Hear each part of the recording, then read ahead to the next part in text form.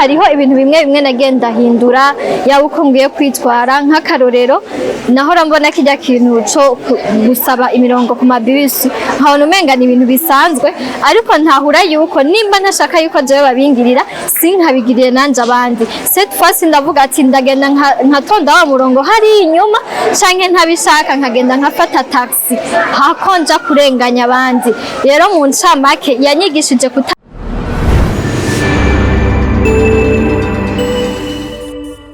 mazina nitwa Firemo Bigirimana nkabasanzwe ndi umuhuza w'ikorwa mw'ishamwe ry'ugwaruka New Generation Burundi kuno munsi genekerezo rya 9 munyonyo twaramutse dutanga impamyabushobozi canke ama CERTIFICAT ku banyeshuri bagera kwijana na 61 bari bamaze ikiringo c'amezi 4 bariko barakurikira inyigisho z'uburongozi nkorera abandi rero kuno munsi akaba yari promotion canke inshuro ya kabiri dutanga zino certificat kuko hariho habayeho promotion ya mbere rero zino nyigisho impamvu tuzitegura ni kugira ngo dushobore kugira gutegura ugwaruka go Burundi gwejo mbese nuno munsi kugira ngo tubategure kugira kuzoba indongozi nziza zizoja mu bisata bitandukanye bw'ubuzima bw'igihugu.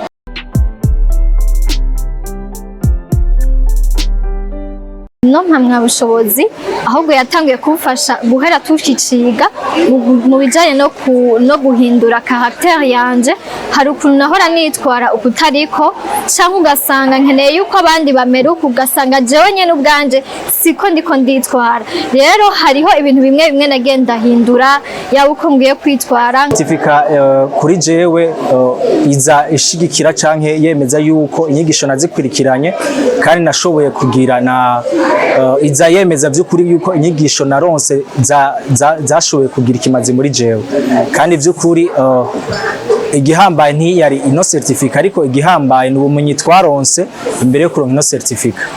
ego mpamyabushobozi ni preuve yuko nakurikiranye ino nyigisho ni nk'icabona nofata ariko si mu bisanzwe siyo nigiye ariko nize kugira ngo ivyo bansigurira bize bifashe mu buzima.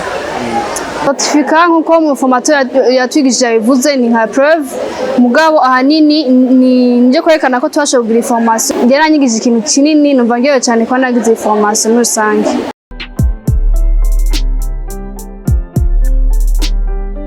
Narize kutarenganya abandi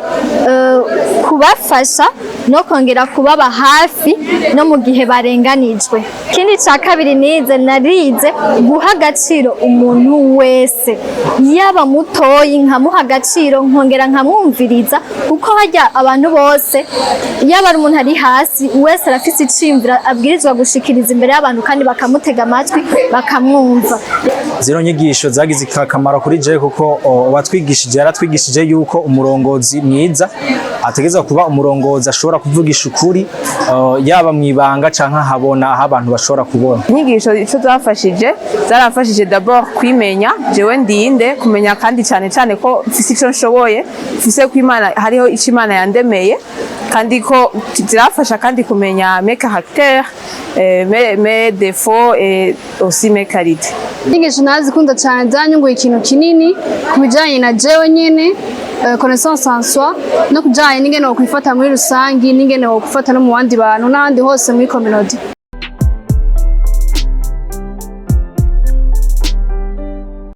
Igihe kimwe Yesu niwe yabwiye abatuma ngo genda ngo mubwire abantu bose ubutumwa bwiza ngo gushika ku mpera z'isi nanje novuga ngo zino nyigisho mpejeje kuronka zizonshoboza kuja kubwira abandi uburyo umurongozi mwiza akwiriye kwigenza uburyo umurongozi mwiza inginga akwiye gufata uburyo akwiye kubaho yuko adakwiye kubaho nk'abandi yuko umurongozi mwiza abwirizwa kwitangira abandi yuko umurongozi mwiza atari ubayeho kubwiwe ariko abayeho kubw'inyunga mari abandi canke igihugu canke societe muri rusange. Hariho ibintu bimwe nagenda hindura yaba uko ngiye kwitwara nk'akarorero nahora mbona kijya kintu cyo gusaba imirongo ku mabisi nkabona umenga ni ibintu bisanzwe ariko ntahura yuko nimba ntashaka yuko jewe babingirira sinkabigiriye nanje abandi cette fois ndavuga ati ndagenda nkatonda wa murongo hari inyuma canke ntabishaka nkagenda nkafata taxi hakonja kurenganya abandi. Rero mu ncamake yanyigishije kutarenganya abandi, hama kumenya gukorera ico nshaka yuko nanje batankorera sinkagikorera abandi, kurongora abandi neza no kwitwara neza imbere y'abantu. Muri societe cyane cyane mpereye ku bagenzi banje uko nitwe turi kazoza kejo, kandi kazoza kejo mu kugategura dutangura uno munsi, ngiye kubafasha nabo batangure bamenye kwanza yuko le changement ihera kuri bo, tube changement, iyo changement wifuza kutwizobe ejo aba ari we iherako, banze wowe nyene uhindure hanyuma uzohindura buke buke, nawe wihinduye uzohindura mugenzi wawe, hama mugenzi wawe nawe ahindure mugenzi we, komsa societe ishobore guhinduka. Kubwira ntangure kugira ico mpinduye muri societe nuko mbanza kwihindura je nyene, hama nabo mushobora guhindura bakahinduka barabiye kuri jewe nyene. Ngomba ndabihere kwanza muri famille aho mbaye, hama bazoza barandabira akarorero kw'ishure, muri communauté en général.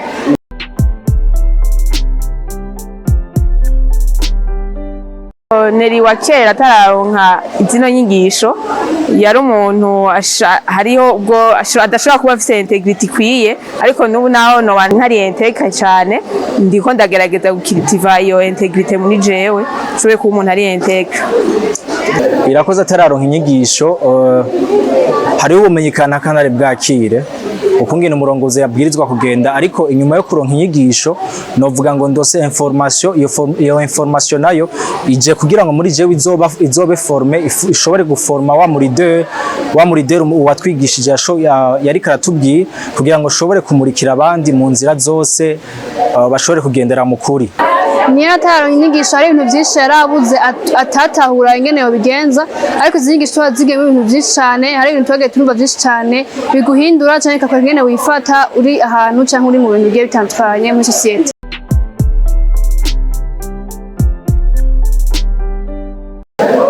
Ndabahaye ubutumire bwose, ahubwo banyarukire bwose ahantu, kuko ntituza gusa kuronka ibintu ngo bijanye nuko twofata ku mutwe gusa ngo ca dutaha, ariko n'ibintu bizi indani muri wowe bikaguhindura, hama biheje guhindura ukaca utangura guhindura n'abo mubana,